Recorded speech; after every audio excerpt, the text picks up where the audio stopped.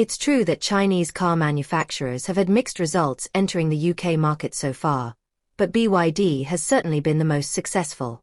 Launched in the UK in 2023, BYD has overtaken Tesla in sales and is now one of the company's largest markets outside of China, gaining significant influence as a result. The Atto 2 is BYD's smallest SUV model in Europe and, as mentioned earlier, was launched in the UK in September as a fully electric vehicle. However, its appearance is quite simple and its features are rather weak. Leaving aside the engine, it's essentially the same vehicle as the electric version, but with a few visual changes: a new grille, additional details on the grille, and it's 2 centimeters longer. But the real point of contention will be the price.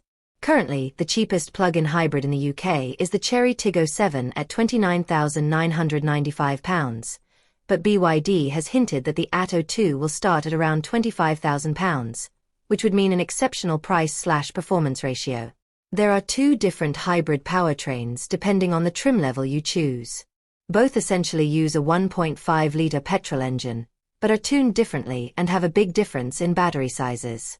The entry-level active models have a PHEV, plug-in hybrid electric vehicle, setup using a small 7.8 kilowatt-hour battery that seems rather weak, providing only 25 miles of electric driving per charge. Power is 164 horsepower and torque is the same in both models, with 0 to 100 km per hour acceleration taking 9.1 seconds. While we haven't yet tested the active model, based solely on its specifications, we highly recommend opting for the Boost model. Power has been increased to 209 horsepower, and the 0 to 100 km per hour acceleration time has been reduced to 7.5 seconds. However, the key difference is the larger 18 kilowatt-hour battery, providing an electric driving range of 56 miles, approximately 90 kilometers. This is quite impressive, especially considering it's expected to be the UK's cheapest plug-in hybrid.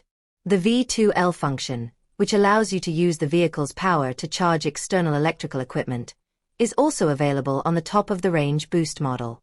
While fuel consumption figures for plug-in hybrids should always be approached with considerable skepticism, BYD claims 156 miles per gallon and even 55 miles per gallon with a completely discharged battery.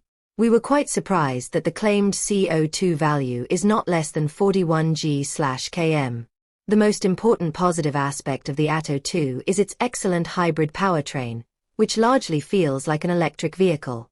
2 electric motors help, and it's also effective that the petrol engine serves primarily to power the motors and battery rather than to drive the wheels. Also, unlike most PHEVs, the majority of the power comes from the electric motors, not the engine. The ride is smooth, but the feel of the throttle is a little vague, and it's generally quite quiet. Only when you fully depress the throttle does the engine sound become a little more noticeable, and it takes a little time to start, but in normal driving, it gives the impression of an electric vehicle perfectly. If BYD really does manage to sell the hybrid Atto 2 at the £25,000 price point it hopes for, the Atto 2's interior is not bad at all for the price. A large touchscreen is available, and it's the first BYD model to have Google integration, quite impressive considering Google is heavily censored in China, which improves features like navigation. It has also lost BYD's previous flashy feature, the rotating touchscreen. The quality is acceptable for the price, soft textured faux leather is used, the white looks nicer, and everything looks stylish, but it feels a bit superficial. However, the Atto 2 scores points with its impressive rear seat space. Even tall adults can sit comfortably in the back, and thanks to the panoramic roof, headroom is not a problem. This is due to the angular roofline. The boot space is slightly smaller than the electric Atto 2, but it's almost the same size thanks to the clever placement of the battery under the passenger compartment floor. Before buying, equipment options and competitors.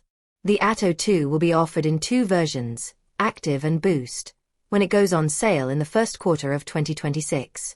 While the Active model has some drawbacks due to its small battery and low electric range, its standard equipment is still excellent with features such as a 12.8-inch touchscreen, rear parking camera, adaptive cruise control, and metallic paint.